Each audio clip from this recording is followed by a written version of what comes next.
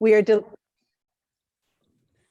we are delighted to partner with the Jewish Community Relations Council on this vital and timely project to increase security grant funding for nonprofits. This is our plan for our time together. Following this agenda overview, I'll introduce Jeremy Burton, who will provide the historical context for nonprofit security grants. Then Jeremy will introduce our guests, Senator Lesser and Representative Balser, who will update you on the House and Senate budgets and next steps in the legislative process. You'll have an opportunity to ask your questions to our elected officials. Ruth will be collecting questions via the chat. Please message her directly. Finally, JCRC Director of Government Affairs, Ruth Fisher, will provide you with a call to action. Our program will end at about 12:45. It is now my honor to introduce Jeremy Burton. Since 2011, he has been Executive Director of the Jewish Community Relations Council of Greater Boston, the JCRC. Under Jeremy's leadership, JCRC has thrived as a national model for community relations with a core mission of building a network of Jewish organizations that is a leader in the public square, connected through enduring partnerships beyond our community in service to Jewish concerns and the collective good. Jeremy is a national thought leader, writing and speaking widely about the challenges and opportunities facing a Jewish community. As a gay and Mexican-American Jew, he brings unique and valuable perspective to the issue of inclusion across the diversity of our Jewish community. He has been published widely, and the Jewish Telegraphic Agency has included his account at Burton JM in their Twitter 100 list of the most influential Jewish voices on Twitter. Jeremy, good afternoon. The Zoom is now yours. Thank you, Gretchen, very, very much for that very kind introduction, and also for the partnership with the Synagogue Council.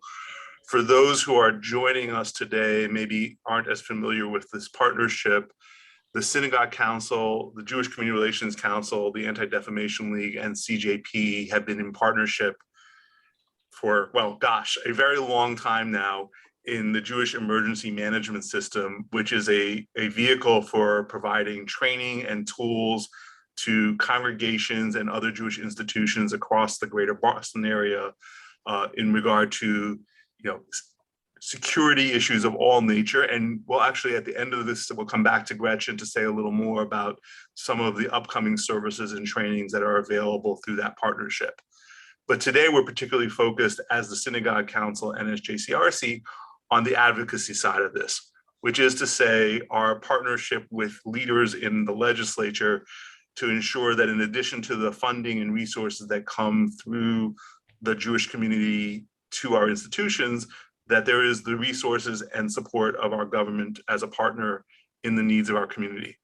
And before I introduce two very good friends and real champions of our community, I want to just briefly highlight the background of nonprofit security funding coming from the state and federal government.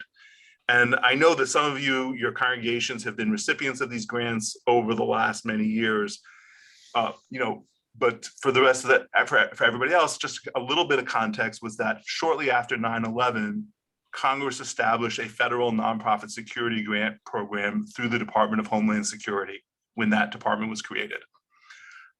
Unfortunately, and frankly, to the detriment of Massachusetts, it was designed as an urban areas fund initially, and the way it defined urban area fund really left a lot of our institutions and communities here in Massachusetts in an ineligible category. For example, while Boston and Brookline were considered part of the urban area, Newton was not.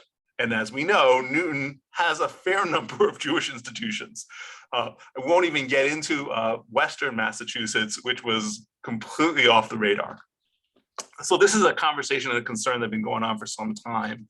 And as we were seeing a rising level of violence, hatred, targeting of Jewish institutions and others, we should say, in the last 2 decades. And I know that, here in Massachusetts, I am being inclusive because we have seen things that maybe for those of us who are in the Boston media market aren't quite aware of, but, there have been like church fire bombings in Western Massachusetts, even in the last couple of years at Black churches. So a couple of people in the legislature, notably the two I'm about to introduce, really picked this up and championed the need for a state level supplement to the federal program that would provide funding to nonprofit institutions, and that's how it's defined, across the entire Commonwealth. And so Representative Balser and Senator Lesser really led that effort to establish a state pilot, which began about 4 years ago with a $75,000 pilot, and has, through their support and really rallying their colleagues, led to where we are this past fiscal year, where the Commonwealth put $1.5 million into this fund. About, just to give folks in this, and this is a Jewish community conversation, about 800,000 of that this last year went to synagogues, JCCs, Jewish camps, and other Jewish institutions. So our community has really benefited from this state level supplemental funding. And many other communities that are at risk, vulnerable minorities, vulnerable communities, have benefited as well. And we as a community have really been proud to champion this work together with these two partners and their allies. I will just, as a note, also say that in the last year or two, the federal program has expanded to statewide.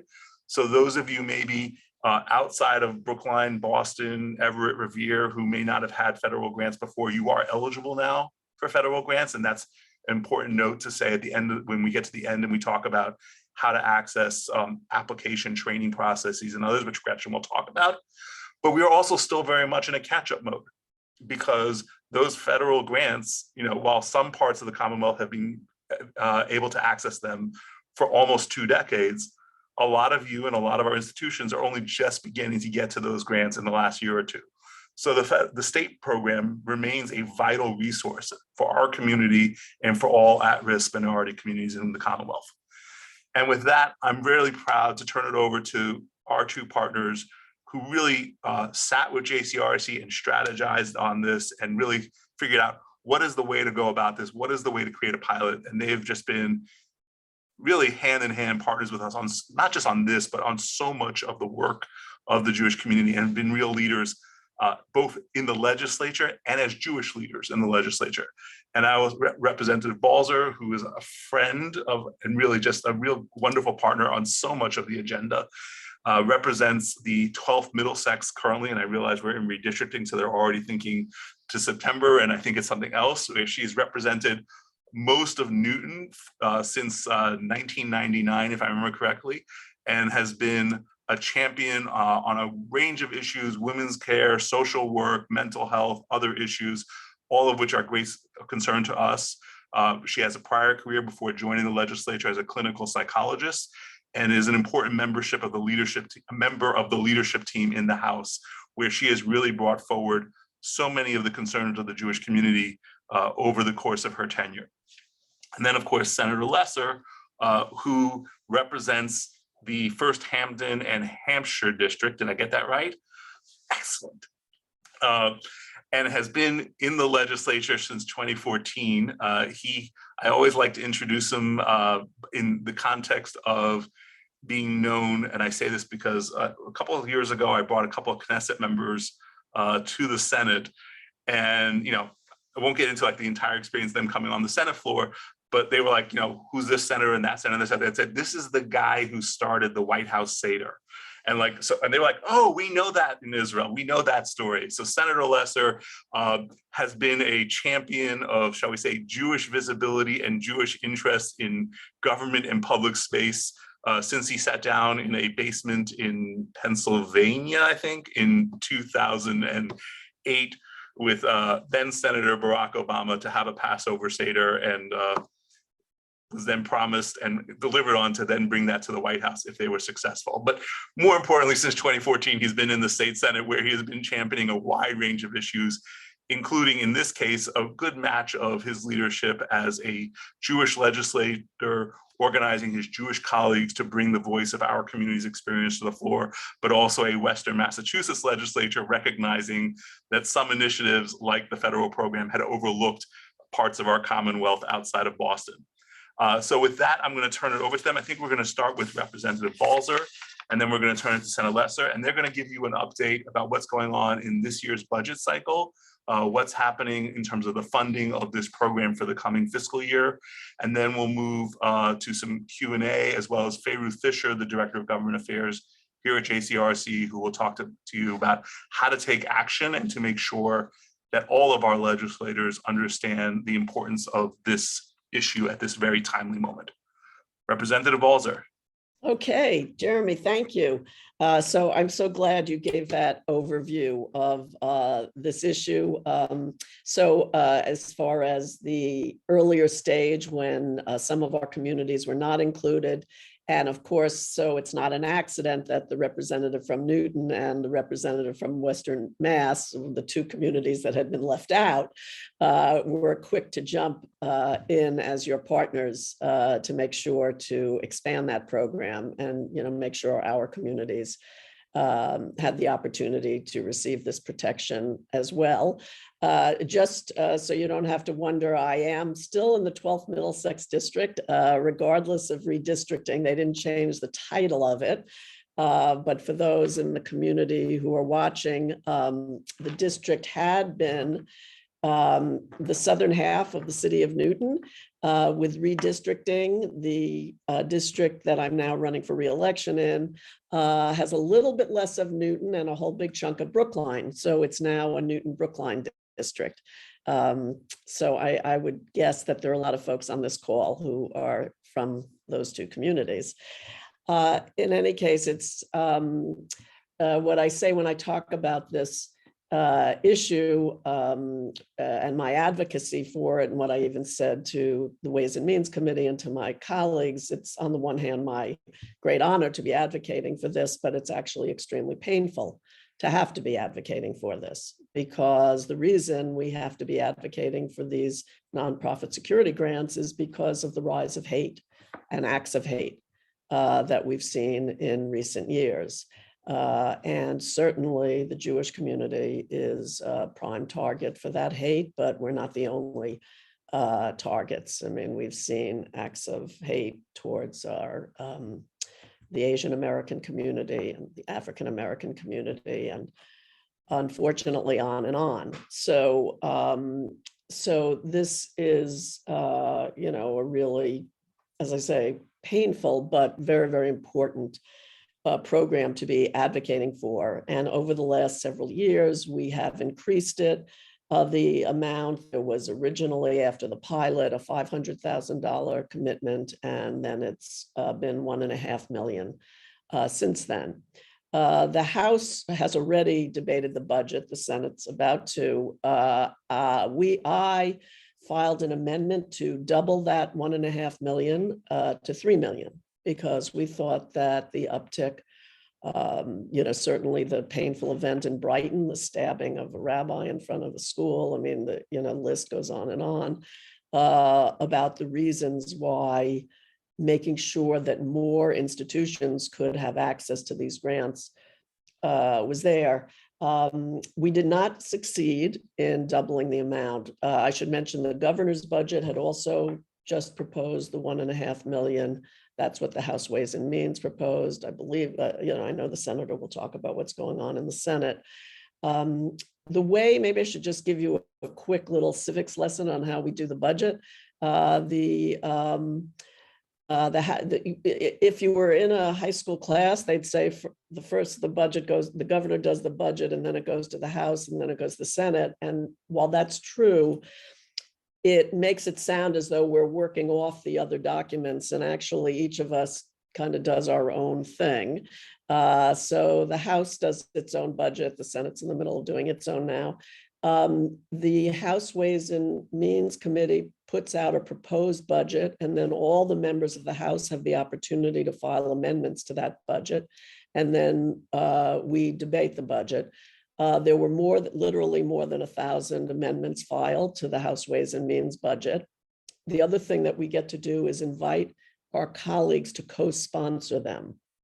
And that's a very important part of the process because we want to show, everyone who files any amendment wants to show that there's support beyond their own district or, beyond themselves. And so I filed this amendment for $1.5 million. We had 21 co-sponsors, which is a really nice show of support. So it depends whether you're of a half full or half empty kind of person, because we have 160 representatives. So, so we're 140 short of the total. but a nice show of support and something that I hope you'll thank the 21 members for stepping up. But we were not successful in persuading the House to double the amount, and we stayed with the 1.5 million. I think, again, a half full, half empty, that's going to provide a fair number of grants to a fair number of institutions. I know there were many who applied last year who did not receive them and might have the opportunity this year.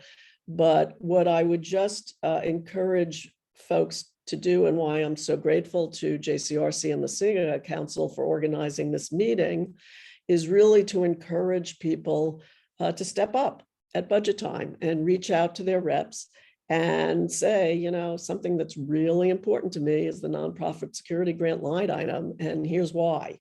And to talk about the institutions in the Jewish community at large, but in each of your own communities, the incidents that have occurred, the fear, the understandable and legitimate fear.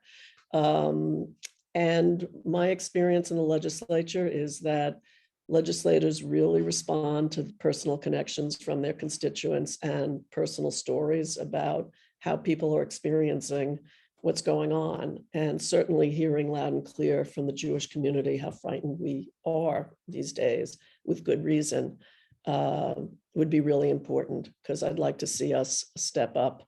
I'm going to turn it over to the senator because I'm, of course, hoping, I shouldn't say this as a House member, but I'm hoping the Senate will. I'm hoping the Senate will increase, because then there's a thing called the conference committee. And, if the Senate does increase the number over the 1.5 million, we do get another bite at the apple, so to speak. The community could encourage that support for the higher number. So I'm going to turn it over to my partner, my esteemed colleague, Senator Lesser. Thank you so much, Rep. Balser. It's really been an honor to work on this with you, and really appreciate the work you've done in the House and the work you've done in your communities to help raise awareness around this funding and the very real help. You're right, the very real and significant help that this is getting out to dozens and dozens of organizations now every year. Can everybody hear me okay? So first, I just want to apologize. This is a little bit of a Meshuggah situation, to use some Yiddish. I'm speaking, there's an AFL-CIO convention in Falmouth today, and I'm speaking at it, and we had this whole elaborate plan. There was going to be a room, a conference room we were going to be able to work from during the day, and of course the Wi-Fi cut out in that room, so now I'm in my car using the cell service so that we could keep the appointment, but I'm glad everyone can hear. And I just want to thank Jeremy for his friendship and leadership on this issue for a long time. We've spent hundreds of hours maybe over the last 4 or 5 years working on this together, and I want to thank Gretchen, and I really want to thank and welcome my friend Ruth. Really excited to work with you in this new role. We've worked together before in your previous roles, and really excited to do that. I see a lot of friends on the call, so I'll get in trouble if I start naming everyone, but I just want to make a couple of points real quick.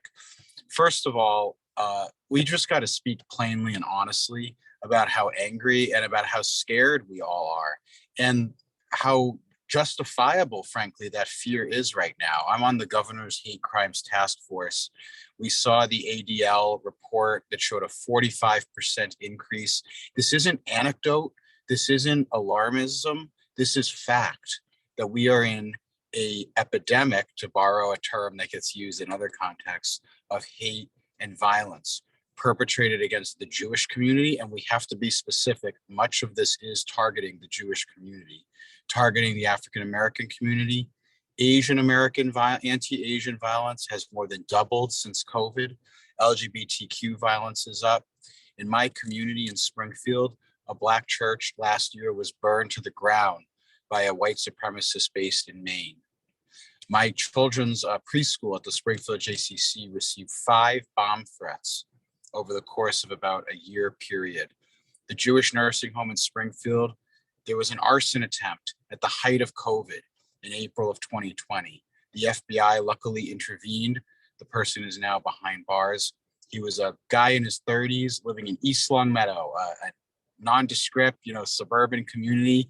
He mowed his lawn in the morning, and then he walked into his house and he posted hate speech on Facebook and on social media. And he did it in wide open. And then one day he took a gas canister, filled it with gasoline, stuffed a wick into it, lit it, and left it at the entrance of the Jewish nursing home on the Longmeadow Springfield line. Luckily, the police responded quickly and no lives were lost. But think about what would have happened if that bomb had gone off. And we had a rabbi dressed in traditional Jewish clothing in the middle of the day, stabbed in front of a summer camp. This wasn't Berlin in the 1930s. This was Brighton in the 2020s. So we need to frankly show our anger that our organizations, our institutions, our synagogues, our daycare, our community centers, our day schools are telling us that they don't feel safe and they don't feel protected in an environment like this. And I don't know about all of you, but I think it is unacceptable that the state of Massachusetts would not step up and properly fund the requests when these organizations are facing the vulnerabilities that they are facing. Look at what just happened in Buffalo. This absolutely could happen in Massachusetts. Don't let anybody dissuade us from otherwise. And the point isn't to scare anyone. The point is to mobilize us to action. And so we are going to be filing, we already filed in the Senate, a funding item for $5 million. Now is the time to engage with your state senators. Literally right now, please do it after you hang up, make a point of reaching out because we are going to be debating this next week. So today is Thursday. We are going to be taking this up as soon as Tuesday morning. And the debate will be concluding, likely late on Thursday night. So please make a point of engaging with your state senator today. And also working with your organization, your boards, your community members, your volunteers to do the same. We'll put in the chat the exact amendment number so that everybody has it, but now really is the time.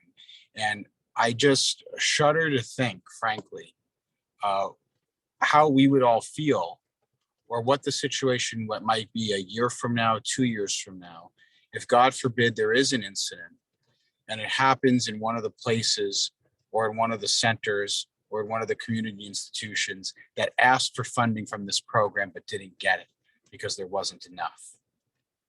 We need to make sure that that doesn't happen. And I can tell you, because I speak with many of you and I've visited many of the institutions, and I know Rep. Balser has as well, it's making a big difference. It's putting new security measures in, it's putting new surveillance systems in, it's giving parents peace of mind when they drop their kids off, it's giving clergy peace of mind that they're going to be protected. So we've got to make sure that every organization and institution that requests these funds gets them.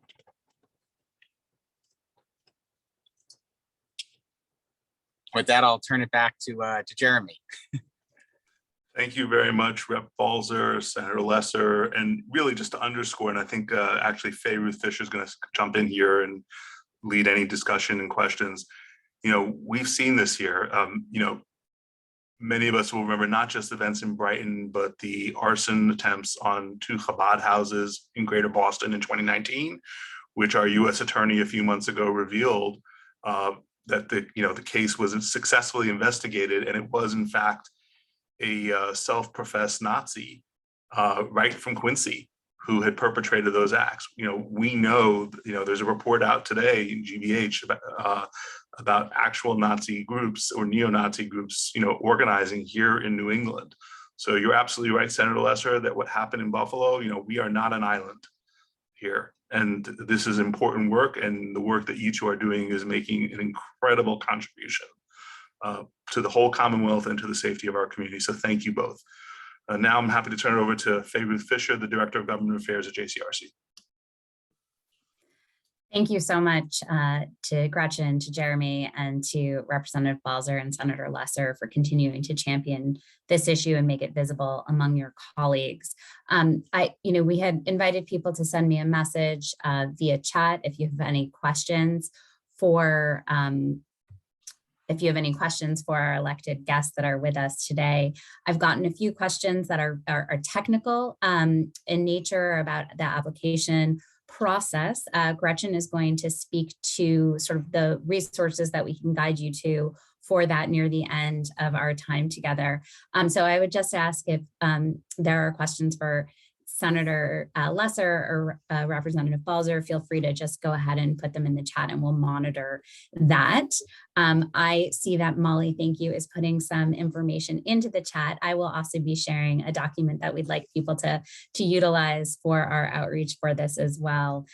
So Howard, thank you for your question around what is the ask for our state representatives. So I'm really very happy to get right to that. I'm going to put a document into the chat now. So we're asking you to do two things. One, as Senator Lesser outlined, right now the Senate is making decisions and debating amendments around funding the Senate budget. This is right before it goes to reconciliation. This is a critical moment for us to increase those funds. We are asking you to call or to email your state senator and to ask them to co-sponsor the amendment to increase the fund to $5 million. That is the ask for the Senate. You can, in the document, you will find a short script. You will find your ability to look up your elected official with their email and their cell phone number. So that is the immediate ask for the Senate. I feel quite optimistic that there is money out there right now. I don't know if folks saw that the governor yesterday released a supplemental spending bill for $1.6 billion, meaning that our revenue surplus in the state combined with ARPA money, we are really at a moment where there are resources and there are many, many important programs that we can invest those resources in. And we would make the case that this is one of those programs, but we cannot make the case unless we are not telling our stories directly. Many of you have applied for funds, have not gotten funds, or have been, applied for federal funds and not gotten them. So being able to expand the pool and the resources now for target hardening and physical security improvements is critical. We are also asking you for your state representatives. We had, I counted 26 representative of the co-sponsors. I don't know, but who's counting? I mean, I am, but no, but You're probably right. I may have, I may have looked at an earlier version of my amendment and not the latest one. So thank you. No, I just, to your point of half full, half, I want to just bump up those numbers, but we do want to ask all of you to also email your state representatives who co-sponsored the amendment to thank them and stay engaged with them. What if we are able to increase the money through the Senate debate, it will be an important opportunity to have your state representative weigh in during conference committee, which would be the next step after the Senate debate to make sure that the budgets are reconciled and sent to the governor's desk. It is so those are the immediate asks. The other thing is that this document, we will send it to all of you, and we'd like you to share it. I think that it's wonderful that we have so many people that are joining us today on this call, but we know that we can duplicate and expand our networks and our effort. This, again, is for all faith-based nonprofits. So it does not need to remain our networks within the Jewish community, but to expand it to those that we work in solidarity with, to ensure that people understand and know about the program. So those are the materials. I will drop that into the chat one more time for folks. We will also follow up with it in an email.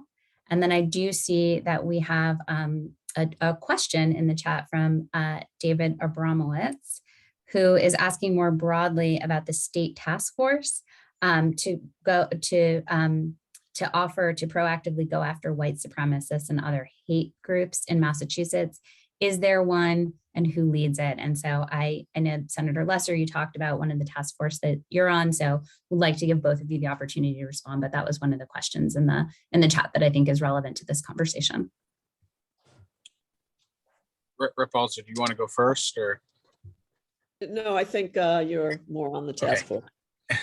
So I serve on the governor's hate crimes task force, which is set up, of course, by Governor Baker. I'm one of the Senate's appointments to that, and that is, my sense is that that's more of an information gathering and policy oriented body rather than a law enforcement one. So we have representatives from across the state, nonprofits. There are several law enforcement officials that are on it, several community leaders, but it's more geared towards, for example, recommending policy and legal and other sort of high level policy changes. I do know, for example, that the Attorney General has, a more specifically law enforcement focused task force. There's also an effort underway in the legislature to rewrite some of our existing hate crime statutes to clarify them and to make them a little bit more effective in terms of being able to bring cases against these individuals and these groups. So I'm not sure if that fully answers your question, David, but the governor's task force that I sit on is more about information gathering, fact gathering, and policy recommendations rather than specific law enforcement actions. Thank you. I guess I'm implicitly sort of suggesting that Massachusetts can proactively get ahead of these groups, break them up, have dedicated law enforcement people infiltrating them, et cetera, if it's not happening, because I put in the chat, the Southern Poverty Law Center identifies 14 hate groups. The GBH report that Jeremy referenced talked about the National Socialist Club, talk about branding yourself Nazis. So wherever the discussion's happening, I'm hoping it's really saying we have to get ahead of this, or we're going to have a Buffalo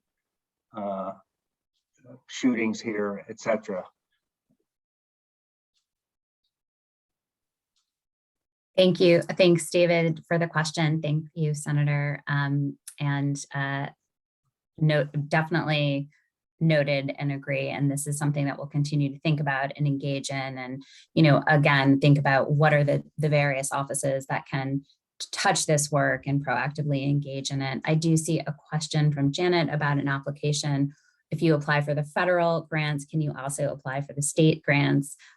We believe the answer to that question is yes. We are going to put in some technical assistance webinars that will be coming up, where any of those questions you can get the best information and help with that. So we will do that shortly.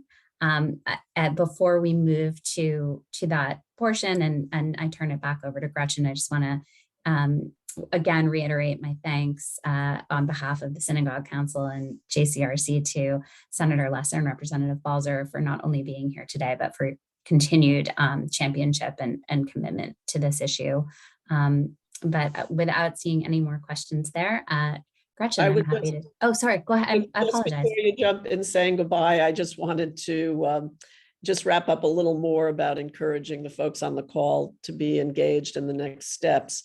I do want to mention, just can't resist pointing this out, that the governor keeps talking about wanting to give tax relief, so-called, give tax money back to the people. And I think this issue that we're talking about now is one. There are many others, but one very good example about that's not the best way to use the so-called surplus.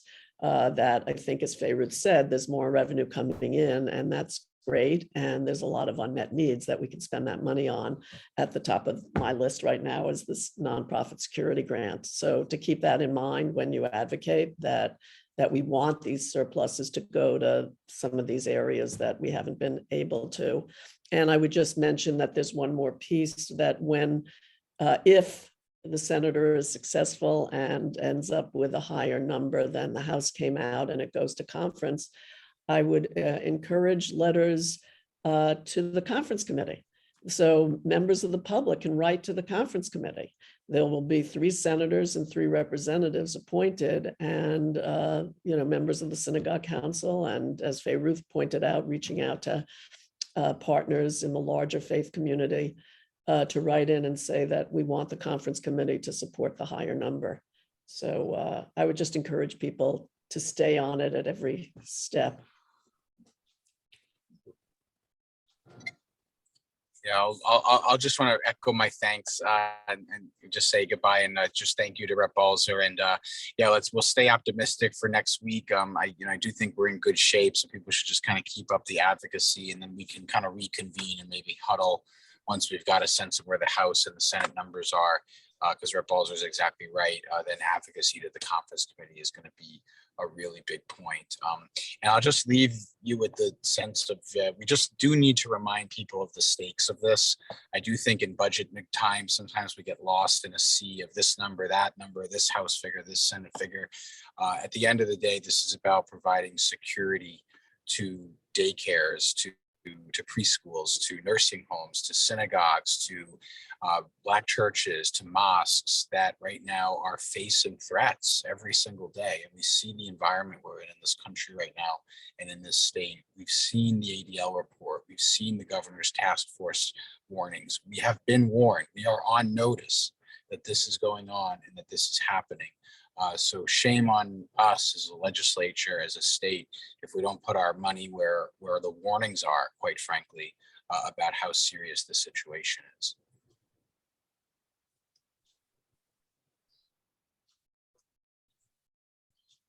Thank you both, and there's appreciation for you in the chat for your leadership and for being here with us today.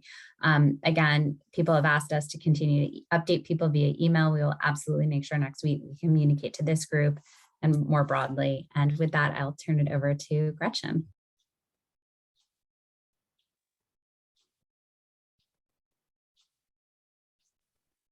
Oh, Gretchen, I think just mute.